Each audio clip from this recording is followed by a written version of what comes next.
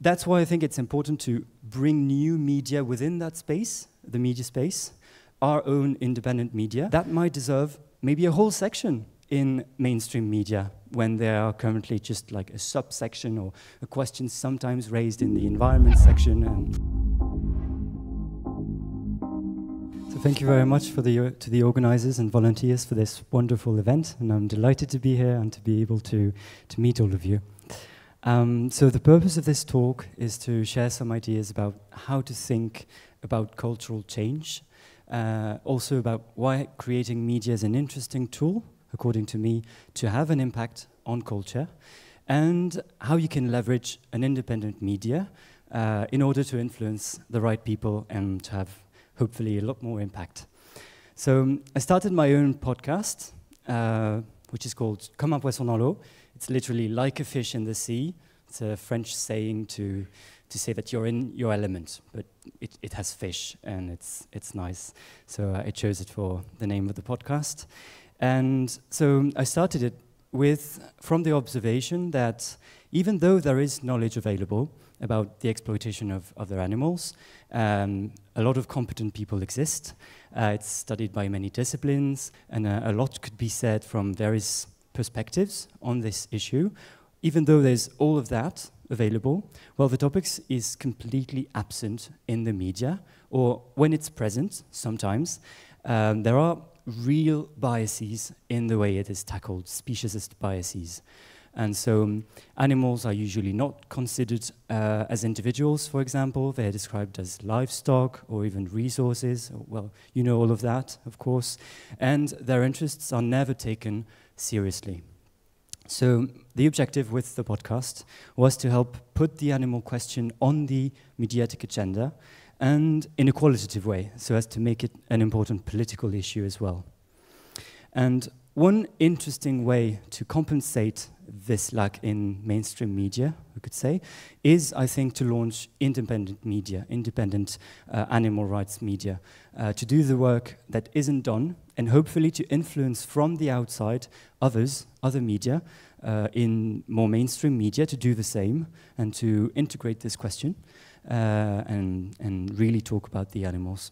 I also think we need people from the inside, working journalists in mainstream media, trying to make the issue more salient and make it more, qualitative, the coverage of that issue. But I think we need both work from the inside and the outside. So why changing the culture? Sorry. First point. Why changing the culture and not just changing individuals or convincing individuals? I think there's a real difference, and it's interesting to think about it. When you are trying to influence people, you could try by talking to someone. That has very limited impact. It has impact on one individual.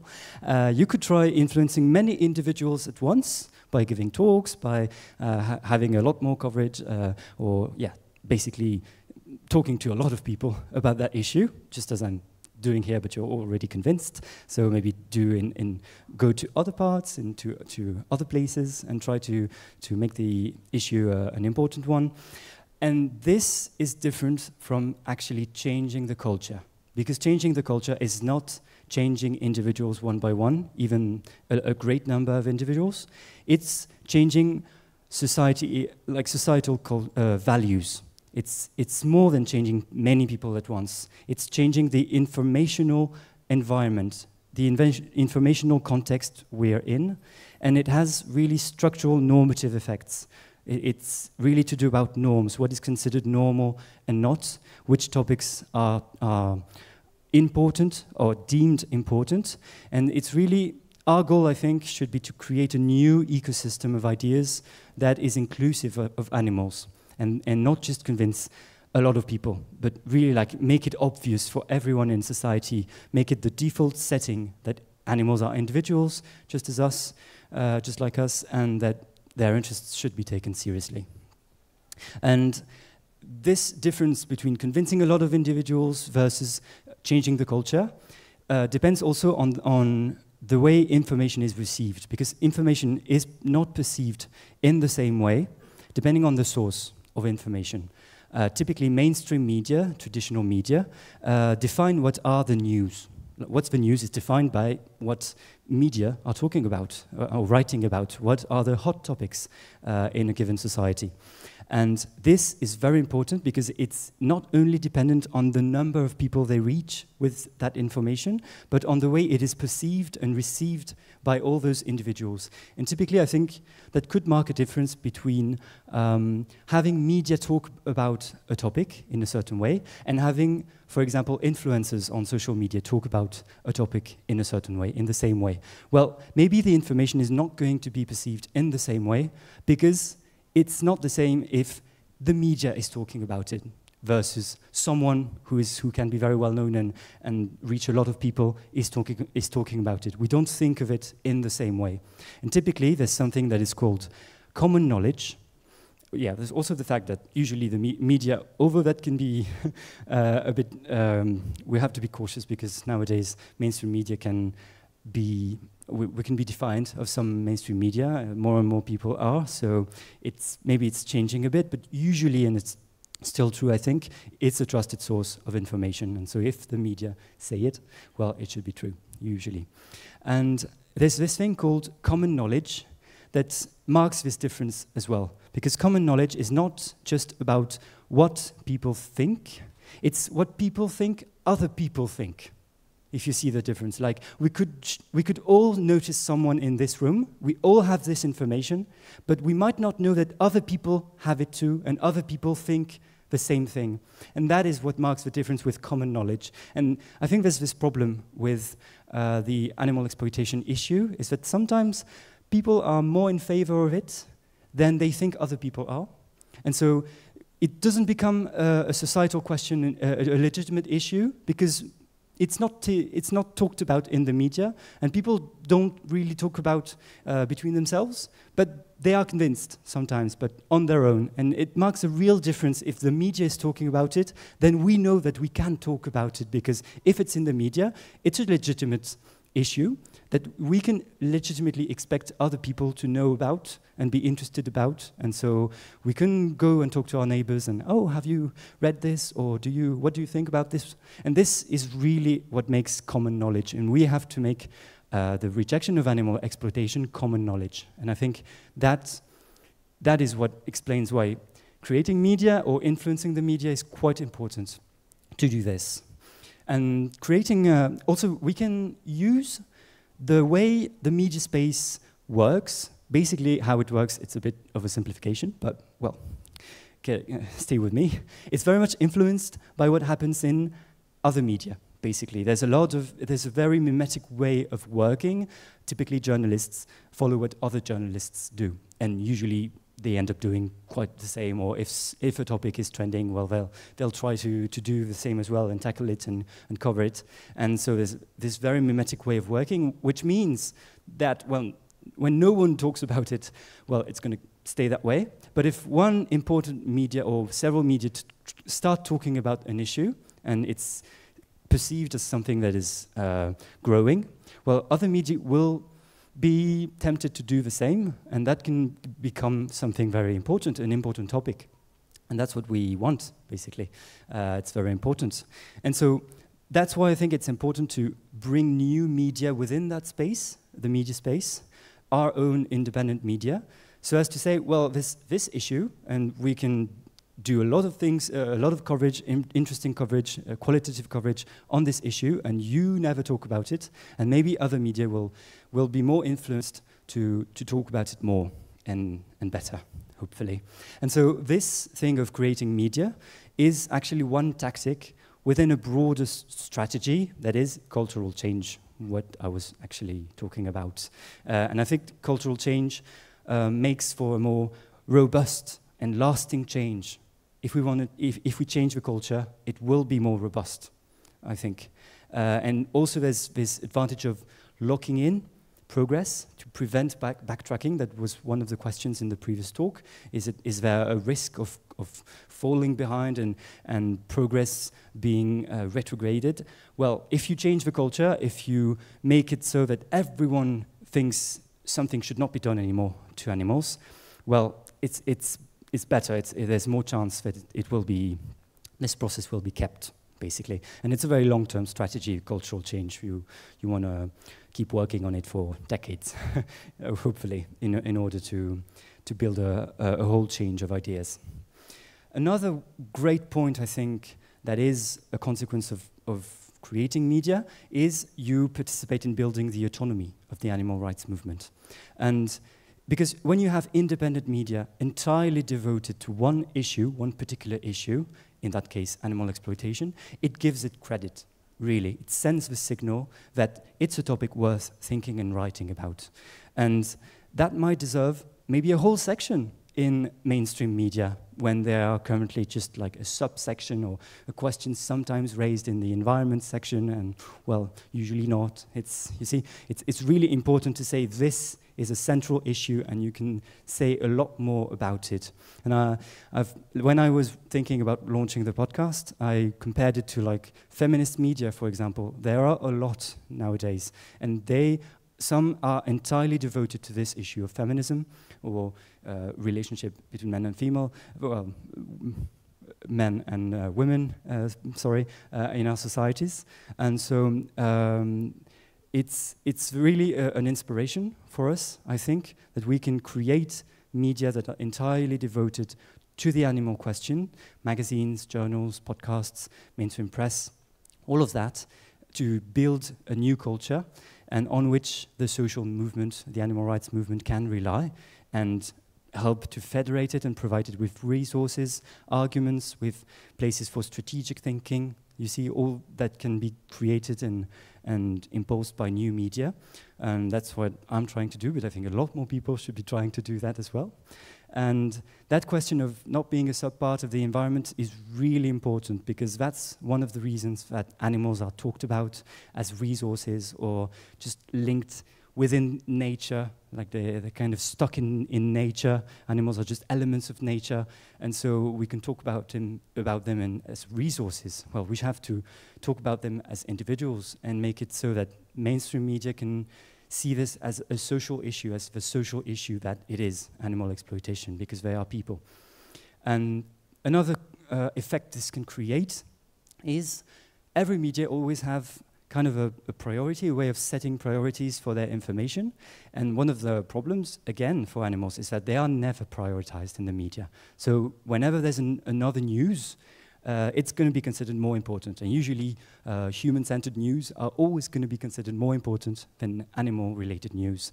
And so by creating new media that more often prioritize, well, maybe always prioritize news about the other animals, maybe we can show them that they should prioritize it more and make it more obvious that this is an important issue, a legitimate issue. And I think making it an important mediatic issue can also help make it an important political issue. We've been talking about that in another talk as well earlier. I was listening to that. So finally, how can we do that? Create new media and try to influence more mainstream, more influential media. Well, the first thing you have to do is think of a target. Like whenever you create a media, you want to determine, who am I talking to? Who do I want to influence? And I think there are well, more ways, but two main ways that you can think about that issue. You can think in terms of how many people you're going to be able to reach, so that's kind of a massifying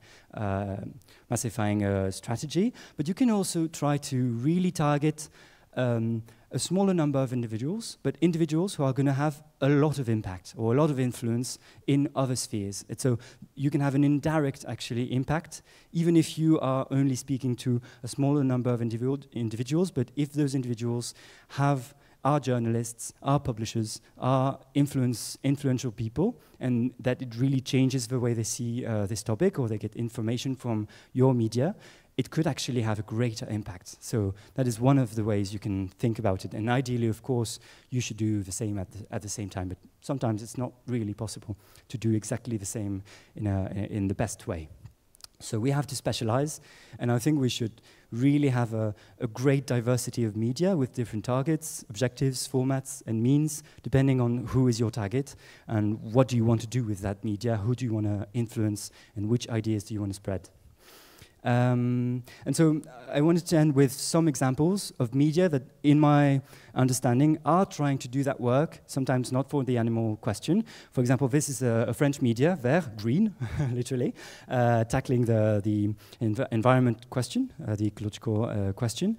And they really started as a newsletter targeting mainly journalists, other journalists. That seemed weird because they want to talk about a small number of people, but actually influencing all the journalists, other journalists than themselves, is quite interesting to have a better coverage of the environmental issues. And so journalists read a lot of newsletters usually, so that was an interesting format, really dedicated to this particular target.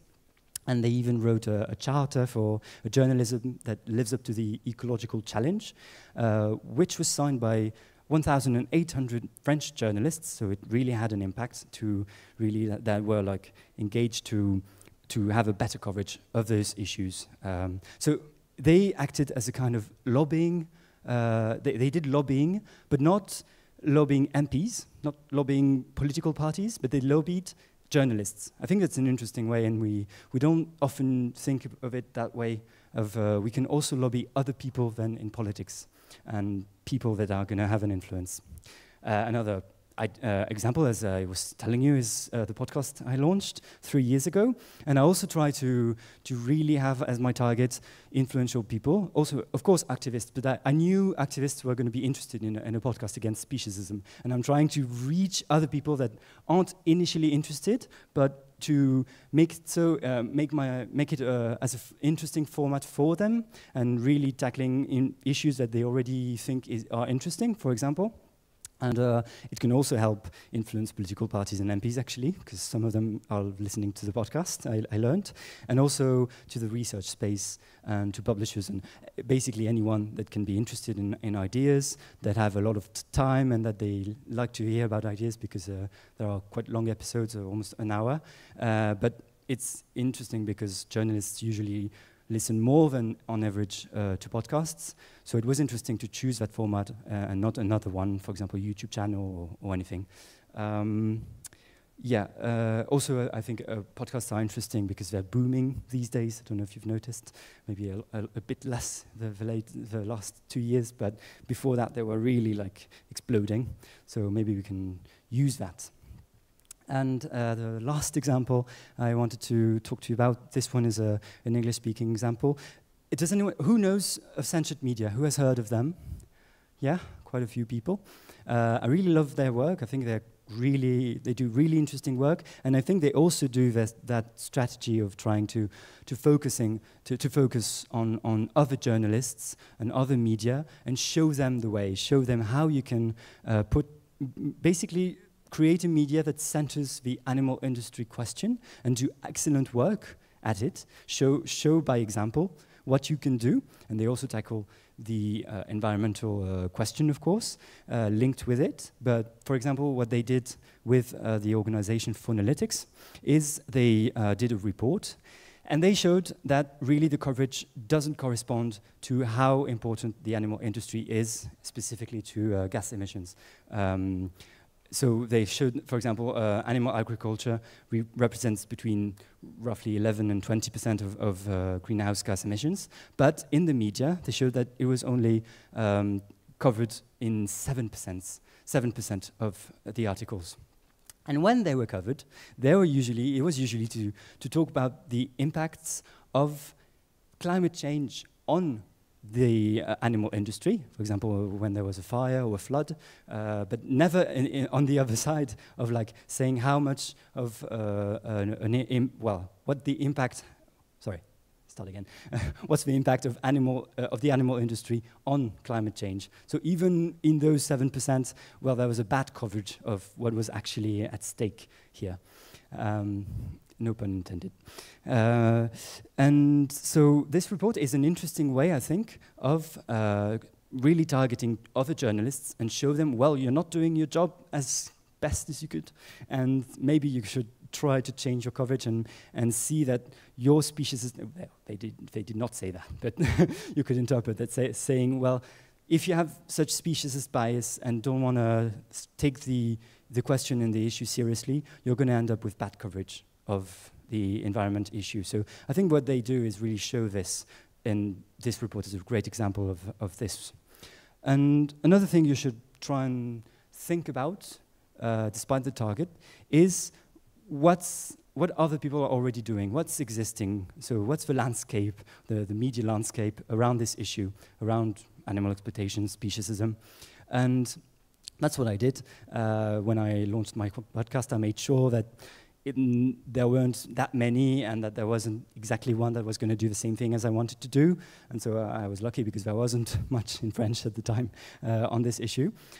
So I really did try to cover what's missing, what was missing at the time and what's still missing somewhat in the space.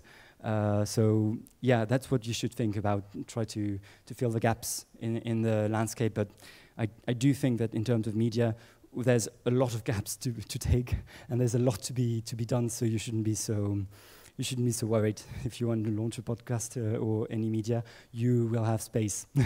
I'm sure of this. Maybe less in English. There are more and more, and I'm really happy about that. But yeah, in French it was a bit more lacking, let's say.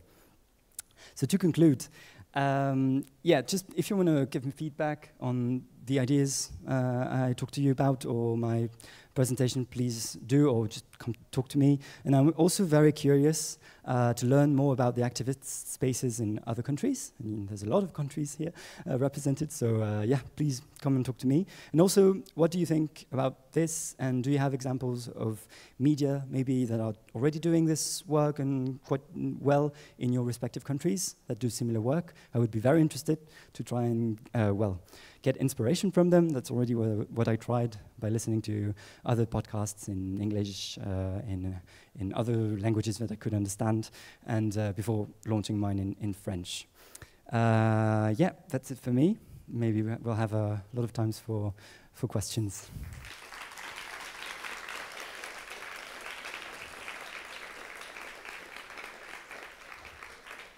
Great, thank you so much. Any questions from the audience? Yeah, first of all, great talk. Thank you so much. I think it's such an important topic, and especially changing the culture around all this. I always have this question because when we talk about media, it's obviously, at the end of the day, it's a business. So it's really hard to get these kind of issues in there because people are not interested on it. So it's always this dilemma, you know, right? But if you don't get it in there, also people will not get interested in there. So I was wondering if you could go a bit more on specifics on the example that you said about I think it was the Green magazine that was lobbying other journalists, because you said it was very effective, but even if they get interested personally, how do you get them to actually publish about it? Because it's still, they would probably have the same problem, because they would still need to be approved by some, by editorial or something like that. So how can you actually make it a bit more like mainstream, and is there anything that, any tool that potentially you can give us to achieve that as well? Right. So is your question about the financial aspect, or more about how you can influence more precisely? Yeah, more about the influence, because I said, like how do you get, as I said, if it's an issue that people don't care so much about it, you need to put it in there to make people care. But if people care, they will probably not publish it, right? So right. Yeah. Maybe what they did is they had a great network of journalists. They were journalists themselves and well connected in the media space. And so they knew a lot of people. They made a lot of effort to make themselves known even better and to contact people directly. I think that helped. And if you're yourself a journalist, if you went to the same school as other journalists, you can influence them more easily if you have the same background or same way of talking or maybe the same references. I think that helps, and I think that's what they did. Also, they did very qualitative work, and for example, the newsletter, it was sent every day. That's very rare, I think, for a newsletter to be able to be sent out every day, so they put a lot of effort in it, and a really great amount of work. And yeah, I think they started like 2 of them, and then they were able to expand the team. Yeah, it's really interesting and inspiring what they were able to do. The charter is another example of like contacting people to ask them about do you want to sign this charter for journalism? And a lot of people got interested in the idea and agreed with the principles that were stated. So, then they were able to make a news out of it, saying, well, we have this charter signed by 1,800 journalists. It's not nothing, and that helped as well to make it more to make everyone interested in what they were doing. Yeah. Thanks for the presentation. It was definitely interesting, and you made the case really well that for alternative media and for us starting it. Something that I felt was missing, maybe I missed it myself, maybe you've already explained it, but with your own podcast, you mentioned that you have politicians listening to your podcast. You started 3 years ago. So how have you managed that?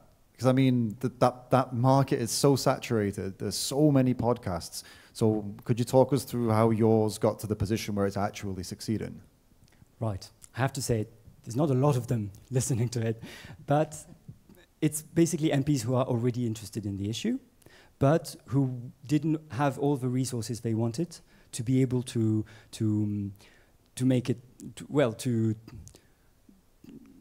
how can I say that? To launch the ideas in their own parties. So within each party in France, you're going to have at least one person, usually maybe 2 or 3, really interested and committed to the animal exploitation question. And so it's really them that I was able to get interested in new ideas or new arguments or new ways of connecting the issues to make it also connected to other ideas, human-related ideas in their parties, and be able to have arguments that would interest other people than themselves. So that was basically, the main people, the main MPs that were already interested in the issue, and there was a new podcast emerging, specifically giving them all that they were looking for. So sorry to clarify. So did you chase them up? Did you put that on their radars, like proactively? I didn't chase them.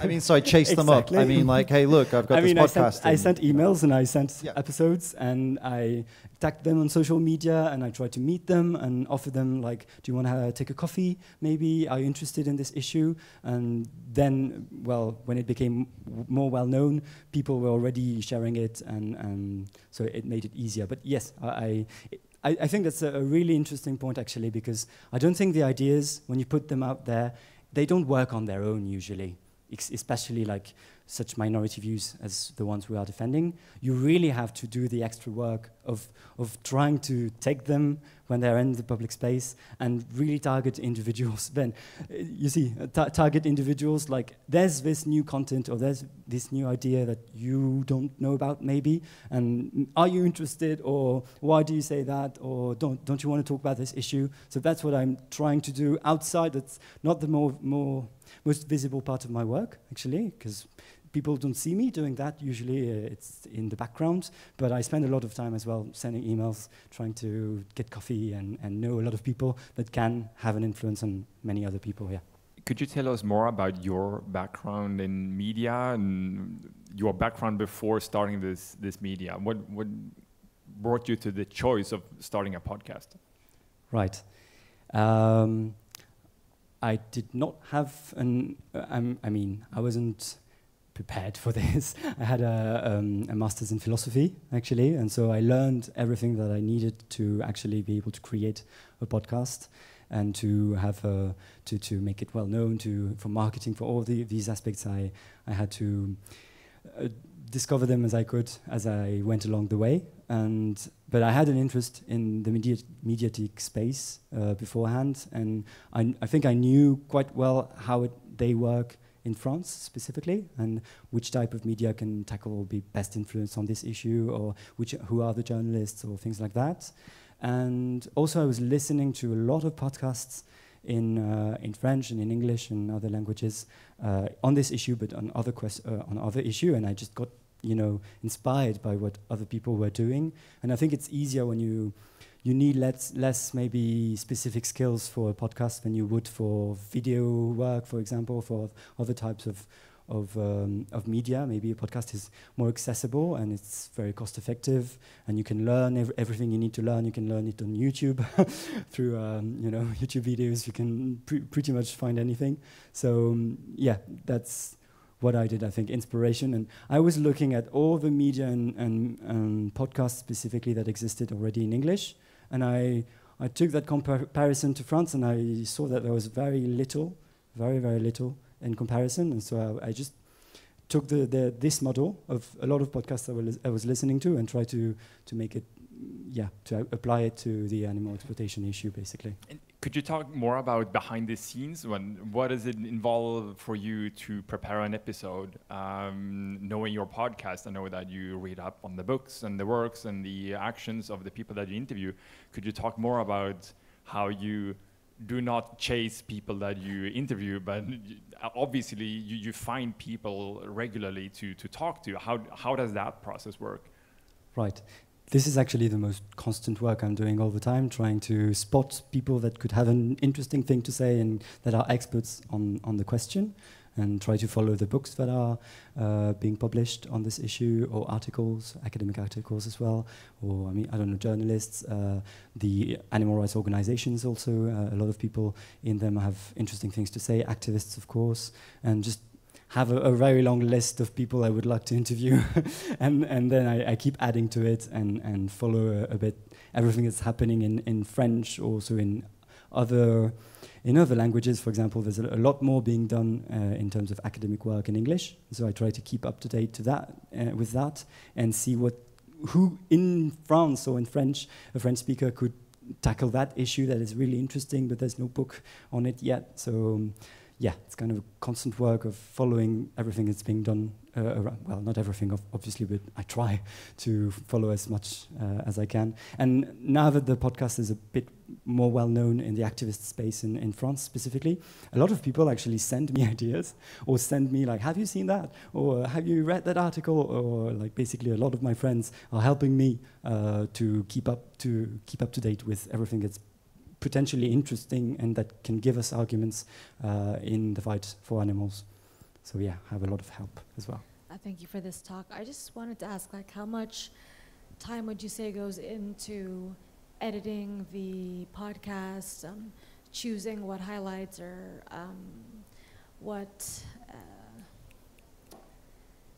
when you're making a preview or a trailer, for example, to promote it, how do you time these little bits of output, and how much time goes into making them? Right, that's the part that's easier to answer, because if you ask me how much time does it take you to prepare an interview, I could not answer that. But the editing part I can, and it's usually between 1 and 2 days for editing an episode that's approximately an hour, and editing a trailer as well when I do one, yeah. Thank you. And just to follow up, do you notice that there are certain times or days in which you have more exposure or more impressions for your episodes? And also, can you share what platforms you use to edit and post? Right, so I edit on Reaper, and the platform I use to display it to all streaming podcast platforms is Spotify for podcasters. And that makes it available in Spotify and Deezer and everything, basically. And I also put it on YouTube. And sorry, what was your first question? Have you found that there are any specific times or days in which there are most impressions or views? I think that's really not the main factor that explains whether it's listened to a lot or not. It's more like whether it's shared massively or not on social media, or about really the topic or the person I interview. Yeah, that's more important. I think especially for podcasts, it's more people are going to be there if they're interested and they subscribe to your podcast. There's a lot more chance that they're going to listen to a lot of episodes, or there's less variability than a YouTube channel, for example, where you can have one video that's exploding and other videos that are much less viewed. I think for podcast, usually it's more of a constant growth, yeah, and people are expecting the next episode usually, and you don't even have to tell them, or doesn't depend on when it goes. As long as it keeps being regular, I think people are going to be there usually. Thank you so much for the presentation. I was wondering, because to me it makes a lot of sense to work with cultural change, but it's also so high up. So if you manage, of course the impact will be great, but it is a very long process, very abstract. It's hard to see the concrete results. So how do you as an activist work to both in order to optimize the chances of ensuring that? Did you market your podcast in the beginning? How much are you reaching out, not just to politicians, but in general? And also, secondly, how do you keep motivated when you're working towards an aim that is so abstract? And yeah, thank you. Yeah, thanks very much for the question. I mean, how to keep motivated, I think that's an issue that's common to all of us. Not specifically what I do. We are all striving for something that is near impossible, and we keep doing it. So yeah, as you do, keep connected with people who do the same thing and take care of yourself. And I don't know, like what you do, that helps as well. I really like what I do. So I have an intrinsic motivation to do it. As well as the motivation to help the animals, it's also something that I find interesting, so that helps. And how do I see that it's working, basically? Well, since it's such a broad issue, a long-term issue, it's not going to be my impact, my very small impact. I'm not going to be able to see it, but more generally, our collective impact as a movement. I think you can see it in the way animals are portrayed, specifically in the media, for example, the way it's talked about, whether some concepts are used more and less. For example, speciesism, which media are talking about it. That's really why I called the podcast against speciesism in French, but because I wanted that every time someone is going to hear about it and look it up, they're going to see speciesism. And that's one of the ways I wanted to influence, even if people don't go and listen to any episode ever, if they see it, and a lot more people see it than they go and listen to an episode, of course. So that's one of the ways of influencing how I chose to market it. I chose to put the idea that I wanted to center, basically speciesism, and I put it in the name of the podcast and the motto that I say at the beginning of every episode. You're listening to Comme, poisson, the podcast against speciesism, and always I say that. And that's one of the ways I wanted to influence people, anyone who listens or looks at it on social media. Speciesism, interesting, new issue I didn't know about. And so that could be one of the ways you try to track cultural change, is how many media, how many journalists, how many people in society are talking about this issue with the right concepts, basically. There's speciesism, there's a lot of other concepts, of course, but not just as resources, not just as a factor in the climate change or things like that, really talking about the animals.